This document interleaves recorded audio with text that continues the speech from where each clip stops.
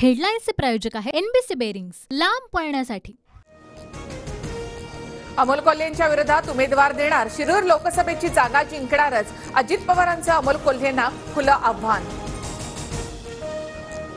दादांचं आव्हान, हीच माझ्या कामाची पोचपावती, दादांनी आधीच कान उघडणी करायला हवी होती, अमोल कोल्हे यांचं प्रत्युत्तर।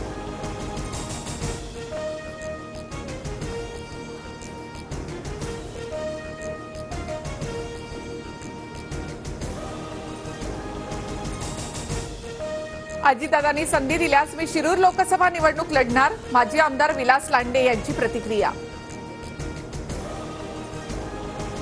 प्रकाश आंबेडकर यांना सोबत घ्या असं मी खरगेंना सांगितलं होतं, वंचितच्या इंडिया आघाडीतील सहभागावर शरद पवार यांची प्रतिक्रिया।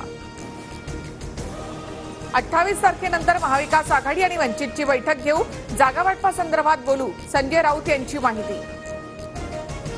वंचितच्या राज्य कार्यकारिणीची उद्या बैठक, आगामी निवडणुकांवर प्रकाश आंबेडकरांच्या उपस्थितीमध्ये बैठकीत चर्चा होणार। महाविकास आघाडी लोकसभेच्या 40हून जास्त जागा जिंकणार, संजय राऊतांचा दावा।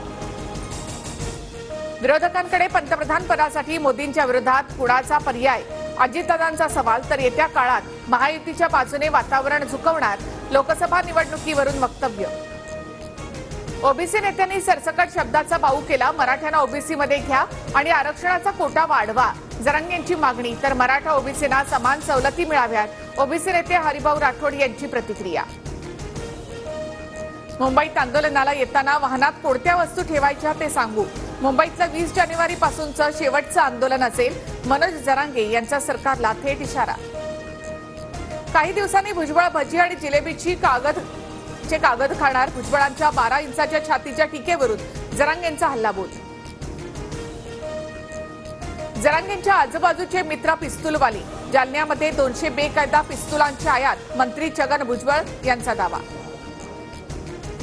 मुलाच्या नावापुढे आईचंही नाव लावा असं म्हणता मग आईची जात का नको, बारामतीमध्ये अजित पवारांनी कार्यकर्त्यांना केलेल्या आवाहनावर मनोज जरांगे यांचा अजितदादांना सवाल। राम मंदिर भाजपची प्रॉपर्टी आहे का, मंदिरासाठी शिवसेनेकडून 1 कोटींची देणगी, राऊतांची टीका, तर 1 कोटी कुठून आणले स्पष्ट करा, नितेश राणेंचा पलटवार। सलीम कुत्ता प्रकरणात सुधाकर बडगुजर यांच्यासह 19 जणांची आज पुन्हा चौकशी, भाजपा पदाधिकाऱ्यांच्या सहभागाबाबत बडगुजर काय बोलणार याकडे लक्ष। मुंबईच्या चुनाभट्टीमधील गोळीबार प्रकरणी 4 आरोपींना अटक, 5 तारखेपर्यंत पोलीस कोठडी, राग मनात धरून गोळीबार, एकाचा मृत्यू, 4 जखमी। राज्यामध्ये एप्रिल मे महिन्यामध्ये पाणीबाणीचे संकट ओढवण्याची शक्यता, 3000 धरणांमधील पाणीसाठा 76%वर।